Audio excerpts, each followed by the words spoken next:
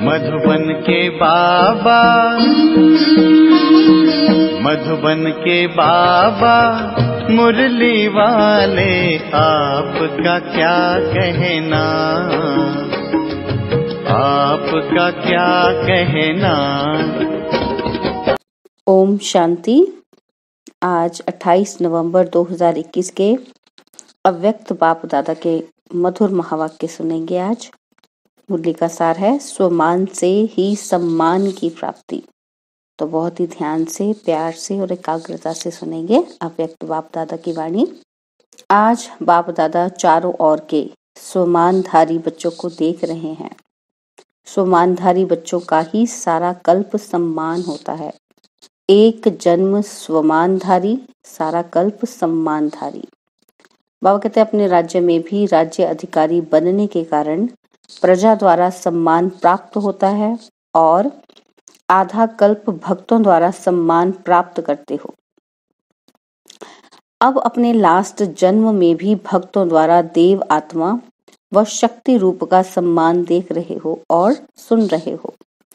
बाबा कहते कितना सिख व प्रेम से अभी भी सम्मान दे रहे हैं। इतना श्रेष्ठ भाग्य कैसे प्राप्त किया? मुख्य सिर्फ एक बात के त्याग का यह भाग्य है। बाबा कहते एक बात का त्याग किया है। तो कौन सा त्याग किया? देह अभिमान का त्याग किया, क्योंकि देह अभिमान के त्याग बिना स्वमान में स्थित हो ही नहीं सकते। इस त्याग के रिटर्न में भाग्य विधाता भगवान ने यह भाग्य का वरदान दिया है। और दूसरी बात, स्वयं बाप ने आप बच्चों को स्वमान दिया है। बाप ने बच्चों को चरणों के दास व दासी से अपने सिर का ताज बना दिया। कितना बड़ा स्वमान दिया। तो बाबा कहते ऐसे स्वमान प्राप्त करने वाले बच्चों का बाप भी सम्मान रखते हैं। बाबा कहते कि बाप बच्चों को सदा अपने से भी आगे रखते हैं, सदा बच्चों के गुणों का गायन करते हैं। हर रोज सिख व प्रेम से याद प्यार देने के लिए परम धाम से आकर साकार वतन में आते हैं। वहां से भेजते नहीं, लेकिन आकर देते हैं। रोज याद प्यार मिलता है ना, इतना श्रेष्ठ सम्मान और कोई दे नहीं सकता। स्वयं बाप ने सम्मान दिया है, इसलिए अविनाशी सम्मान अधिकारी बने हो। ऐसी श्रेष्ठता का अनुभव करते हो? बाबा पूछ रहे हैं, आपको ऐसा महसूस होता है? स्वमान और सम्मान दोनों का आपस में संबंध है। बाबा कहते स्वमानधारी अपने प्राप्त हुए स्वमान में रहते हुए स्वमान के सम्मान में भी रहता और दूसरों को भी सम्मान से देखता, बोलता व संपर्क में आता है। बाबा कहते स्व सम्मान का अर्थ ही है स्व को सम्मान देना। जैसे बाप विश्व की सर्व आत्माओं द्वारा सम्मान प्राप्त करने वाले हैं, हर एक सम्मान देते हैं ना। हर धर्म के लोग परमात्मा को याद करते हैं, उनको सम्मान देते हैं, चाहे जिस भी रूप में मानते हो, लेकिन परमात्मा को सम्मान देते हैं, मानते हैं। तो बाबा कहते हैं लेकिन जितना ही बाप को सम्मान मिलता है उतना ही सब बच्चों को सम्मान देते हैं। देखो बाबा की महानता, जो देता नहीं है तो देवता बनता नहीं। अनेक जन्म देवता बनते हो और अनेक जन्म देवता रूप का ही पूजन होता है। एक जन्म ब्राह्मण बनते हो, लेकिन अनेक जन्म देवता रूप में राज्य करते व पूज्य बनते हो। देवता अर्थात देने वाला। अगर इस जन्म में सम्मान नहीं दिया तो देवता कैसे बनेंगे? तो बाबा कहते अनेक जन्मों में सम्मान कैसे प्राप्त करेंगे? तो बाबा कहते फॉलो फादर। साकार स्वरूप ब्रह्मा बाप को देखा, सदा स्वयं को वर्ल्ड सर्वेंट यानी कि विश्व सेवाधारी कहलाया, बच्चों का सर्वेंट कहलाया और बच्चों को मालिक बनाया। सदा मालिकम सलाम किया, सदा छोटे बच्चों को भी सम्मान का स्नेह दिया। होवनहार विश्व कल्याणकारी रूप से देखा। कुमारियां, बाबा कहते कुमारियों व कुमारों को, युवा स्थिति वालों को सदा विश्व की नामी गरामी महान आत्माओं को चैलेंज करने वाले, असंभव को संभव करने वाले, महात्माओं के सिर झुकाने वाले, ऐसे पवित्र आत्माओं के सम्मान से देखा। देखो बाबा हमें कितना सम्मान दे रहे हैं। बाबा कहते हैं जो कुमार कुमारियां इतनी युवा अवस्था में कौन सी पावर रखती हैं, सभी नामी ग्रामी महान आत्माओं को चैलेंज करने वाली पावर रखती हैं। तो बाबा कहते हैं ऐसे पवित्र आत्माओं को सम्मान से देखा। वाह बाबा, सदा अपने से भी कमाल करने वाले महान आत्मा समझ सम्मान दिया ना। देखो बाबा ने अपने से भी ज्यादा हमें कमाल करने वाला बता दिया। ऐसे ही बुजुर्ग आत्माओं को सदा अनुभवी आत्मा, हम जिन आत्मा के सम्मान से देखा, जो बुजुर्ग हैं बाबा ने उनको अपने जैसा अनुभवी देखा। और देखो बाबा आगे क्या कह रहे हैं, बांधेले बांधेलियों को निरंतर याद में नंबर 1 के सम्मान से देखा। इसलिए नंबर 1 अविनाशी सम्मान के अधिकारी बने। राज्य सम्मान में भी नंबर 1 और विश्व महाराजन और पूज्य रूप में भी बाप की पूजा के बाद पहले पूज्य लक्ष्मी नारायण ही बनते हैं। तो राज्य सम्मान और पूज्य सम्मान दोनों में नंबर 1 हो गए, क्योंकि सर्व को सम्मान और स्वमान दिया। ऐसे नहीं सोचा कि सम्मान देवे तो सम्मान दूं। हम लोग कहते हैं ना कि वो प्यार से बोलेगा तभी मैं प्यार से बोलूंगी, लेकिन बाबा ने ऐसे नहीं सोचा कि मुझे सम्मान मिलेगा तो मैं सम्मान दूंगा। बाबा कहते हैं सम्मान देने वाले निंदक को भी अपना मित्र समझते। सिर्फ सम्मान देने वाले को अपना नहीं समझते, लेकिन गाली देने वाले को भी अपना समझते, क्योंकि सारी दुनिया ही अपना परिवार है। सर्व आत्माओं का तना आप ब्राह्मण हो। देखो बाबा ने हमें क्या बोला कि आप सर्व आत्माओं का तना हो। बाबा कहते सारी शाखाएं अर्थात भिन्न भिन्न धर्म की आत्माएं भी मूल तना से निकली हैं, तो सभी अपने हुए ना। ऐसे सुमानधारी सदा अपने को मास्टर रचयिता समझ सर्व के प्रति सम्मान दाता बनते हैं। सदा अपने को आदि देव ब्रह्मा के आदि रत्न आदि पाठधारी आत्माएं समझते हो। बाबा पूछ रहे हैं हमसे कि समझते हो ऐसे। बाबा कहते इतना नशा है, पूछा है बाबा ने कितना नशा है, तो सभी ने सुना। बच्चों का सम्मान क्या है, बूढ़ों का सम्मान क्या है, युवा का सम्मान क्या है। बाबा कहते सुना ना सभी ने। आदि पिता ब्रह्मा ने हमको ऐसे सम्मान से देखा, कितना नशा होगा। तो सदा यह स्मृति रखो कि आदि आत्मा ने जिस श्रेष्ठ दृष्टि से देखा, ऐसी ही श्रेष्ठ सृष्टि स्थिति की सृष्टि में रहेंगे। ऐसे अपने से वायदा करो। बाबा कहते वायदे तो करते रहते हो ना, बोल से भी वायदा करते हो, मन से भी करते हो और लिख कर भी करते हो, और बाबा कहते फिर भूल भी जाते हो, इसलिए वायदे का फायदा नहीं उठा पाते। बाबा कहते याद रखो तो फायदा भी उठाओ। सभी अपने को चेक करो। क्या चेकिंग के लिए बोला है बाबा ने? बाबा कहते चेक करो कि कितने बार वायदा किया है और निभाया कितनी बार है। बाबा कहते निभाना आता है, वह सिर्फ वायदा ही करना आता है। वह बदलते रहते हो, कभी वायदा करने वाले और कभी निभाने वाले। तो हम सब बच्चे अब चेक करें कि हम कौन सी कैटेगरी में आते हैं। बाबा को तो सब पता है बाबा, लेकिन बाबा कहते हैं आप खुद की चेकिंग करो। फिर बाबा कहते हैं टीचर्स क्या समझती हैं, निभाने वालों की लिस्ट में हो ना। बाबा कहते हैं टीचर्स को बाप दादा सदा साथी शिक्षक कहते हैं। तो साथी की विशेषता क्या होती है? साथी समान होता है। बाप कभी बदलता है क्या? टीचर्स भी वायदा और फायदा दोनों का बैलेंस रखने वाली हैं। वायदे बहुत और फायदा कम हो, यह बैलेंस नहीं होता। जो दोनों का बैलेंस रखते हैं उनको वरदाता बाप द्वारा यह वरदान व ब्लेसिंग मिलती है। वह सदा दृढ़ संकल्प से कर्म में सफलता मूर्त बनते हैं। साथी शिक्षक का यही विशेष कर्म है। बाबा कहते संकल्प और कर्म समान हो। संकल्प और कर्म जैसा सोचा वैसा करना एक जैसा हो। संकल्प श्रेष्ठ और कर्म साधारण हो जाएं, इसको समानता नहीं कहेंगे। तो सदा टीचर्स अपने को साथी शिक्षक अर्थात शिक्षक बाप समान समझ इस स्मृति से समर्थ बन चलो। बाप दादा को टीचर्स की हिम्मत पर खुशी होती है। बाबा कहते हिम्मत रख, सेवा के निमित्त तो बन गए हैं ना। टीचर्स बने हैं तो हिम्मत रखी है, इतना दृढ़ संकल्प लिया है, बाबा पर जीवन कुर्बान किया है अपना, तो बाबा कहते सेवा के निमित्त तो बन गए हो, लेकिन अभी सदा ये स्लोगन याद रखो, हिम्मते टीचर समान शिक्षक बाप। बाबा कहते ये कभी नहीं भूलना। तो स्वतः ही समान बनने वाला लक्ष्य बाप दादा आपके सामने रहेगा, अर्थात सदा रहेगा। अच्छा, चारों ओर के सम्मानधारी बच्चों को बाप दादा नयनों के सम्मुख देखते हुए सम्मान की दृष्टि से याद प्यार दे रहे हैं। सदा राज सम्मान और पूज्य सम्मान के समान साथी बच्चों को याद प्यार और नमस्ते।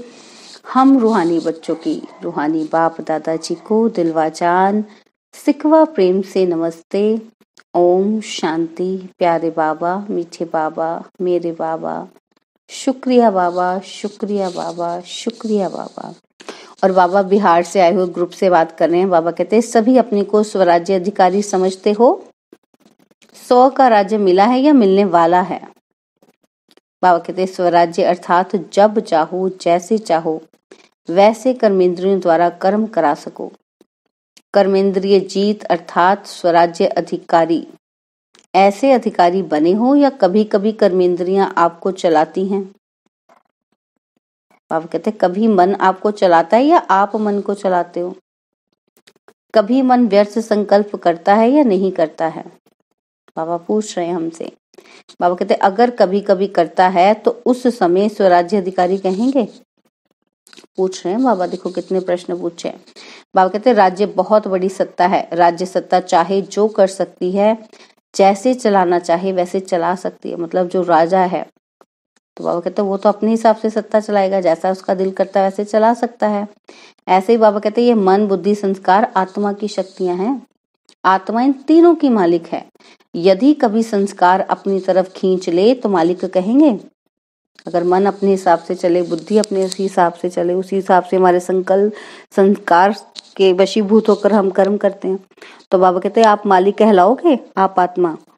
तो बाबा कहते हैं तो स्वराज्य सत्ता अर्थात कर्मेंद्रिय जीत, जो कर्मेंद्रिय जीत है वही विश्व की राज्य सत्ता प्राप्त कर सकता है। स्वराज्य अधिकारी विश्व राज्य अधिकारी बनता है। तो आप ब्राह्मण आत्माओं का ही स्लोगन है कि स्वराज्य ब्राह्मण जीवन का जन्म सिद्ध अधिकार है। बाबा कहते हैं स्वराज्य अधिकारी की स्थिति सदा मास्टर सर्वशक्तिवान है, कोई भी शक्ति की कमी नहीं। स्वराज्य अधिकारी सदा धर्म अर्थात धारणा मूर्त भी होगा और राज्य अर्थात शक्तिशाली भी होगा। अभी राज्य में हलचल क्यों है? क्योंकि धर्म सत्ता अलग हो गई और राज्य सत्ता अलग हो गई, तो लंगड़ा हो गया ना। तो बाबा कहते एक सत्ता हुई ना, इसलिए हलचल है। ऐसे आप में भी अगर धर्म और राज्य दोनों सत्ता नहीं तो विघ्न आएंगे, हलचल में लाएंगे, युद्ध करनी पड़ेगी। दोनों सत्ता माना मैं आत्मा और शरीर, अगर मैं आत्मा को नहीं जानूंगी कि आत्मा राज्य अधिकारी है तो बाबा कहते गड़बड़ हो जाएगी, तो हलचल में आएंगे, आपको युद्ध करनी पड़ेगी। और दोनों ही सत्ता है तो सदा ही बेपरवाह बादशाह रहेंगे, कोई विघ्न आ नहीं सकता। तो ऐसे बेपरवाह बादशाह बने हो या थोड़ी थोड़ी शरीर की संबंध की परवाह रहती है?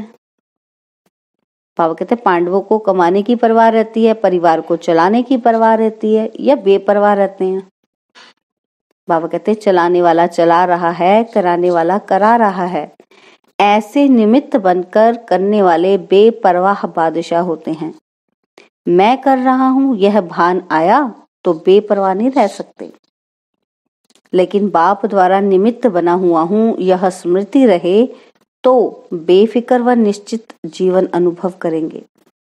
कोई चिंता नहीं, कल क्या होगा उसकी भी चिंता नहीं। बाबा कहते कभी ये थोड़ी सी चिंता रहती है कि कल क्या होगा, कैसे होगा। बाबा पूछ रहे हैं हमसे। बाबा कहते पता नहीं विनाश कब होगा, क्या होगा, बच्चों का क्या होगा, पोत्रों दोत्रों का क्या होगा, यह चिंता रहती है, लगी रहती ना। बाबा पूछ रहे हैं। बाबा कहते हैं बेपरवाह बादशाह को सदा ही यह निश्चय रहता है।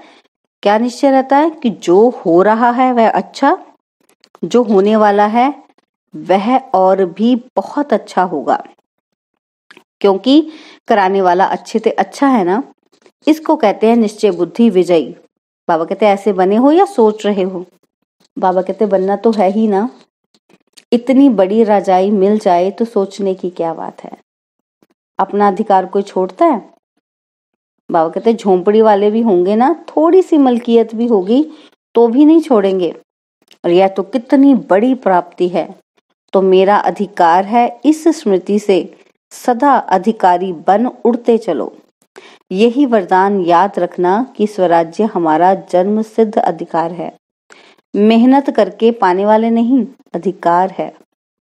अच्छा, बिहार माना सदा बहार में रहने वाले, पतझड़ में नहीं जाना। कभी आंधी तूफान ना आए, सदा बहार। अच्छा, और बाबा ने फिर अगली पार्टी से बात की। बाबा कहते अपने को रूहानी दृष्टि से सृष्टि को बदलने वाला अनुभव करते हो? सुनते थे कि दृष्टि से सृष्टि बदल जाती है, लेकिन अभी अनुभवी बन गए। रूहानी दृष्टि से सृष्टि बदल गई ना। अभी आपके लिए बाप संसार है तो सृष्टि बदल गई। पहले की सृष्टि अर्थात संसार और अभी के संसार में फर्क हो गया ना। पहले संसार में बुद्धि भटकती थी और अभी बाप ही संसार हो गया, तो बुद्धि का भटकना बंद हो गया, एकाग्र हो गई।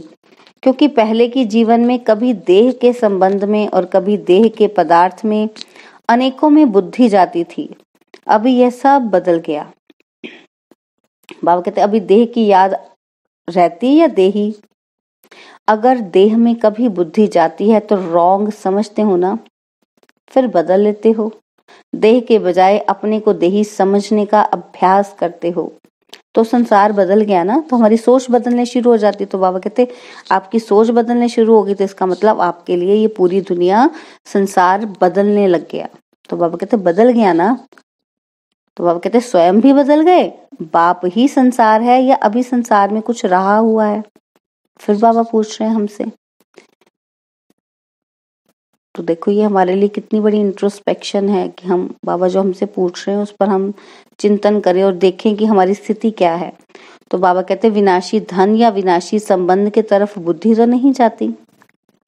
अभी मेरा रहा ही नहीं, मेरे पास बहुत धन है, यह संकल्प या स्वप्न में भी नहीं होगा, क्योंकि सब बाप के हवाले कर दिया। मेरे को तेरा बना लिया ना, या मेरा मेरा ही है और बाप का भी मेरा है, ऐसे तो नहीं समझते? बाबा फिर से पूछ रहे हैं। बाबा कहते यह विनाशी तन धन पुराना मन मेरा नहीं, बाप को दे दिया। पहला परिवर्तन होने का संकल्प ही यह किया कि सब कुछ तेरा और तेरा कहने से ही फायदा है। बाबा कहते इसमें बाप का फायदा नहीं है, आपका फायदा है, बच्चों का फायदा है। क्योंकि मेरा कहने से फंसते हो तो तेरा कहने से न्यारे हो जाते हो। मेरा कहने से बोझ वाले बन जाते हो और तेरा कहने से डबल लाइट ट्रस्टी बन जाते हो। तो क्या अच्छा है? हल्का बनना अच्छा है या भारी बनना अच्छा है? बाबा कहते आजकल के जमाने में शरीर से भी कोई भारी होता है तो अच्छा नहीं लगता। ओवरवेट जो होते हैं तो अच्छा नहीं ना लगता। सभी अपने को हल्का करने का प्रयत्न करते हैं, क्योंकि भारी होना माना नुकसान है और हल्का होने से फायदा है। ऐसे ही मेरा मेरा कहने से बुद्धि पर बोझ पड़ जाता है और तेरा तेरा कहने से बुद्धि हल्की बन जाती है। बाबा कहते जब तक हल्के नहीं बने तब तक ऊंची स्थिति तक पहुंच नहीं सकते। उड़ती कला ही आनंद की अनुभूति कराने वाली है, हल्का रहने में ही मजा है। अच्छा, बाबा कहते जब बाप मिला तो माया उसके आगे क्या है? माया है रुलाने वाली और बाप है वर्षा देने वाला, प्राप्ति कराने वाला।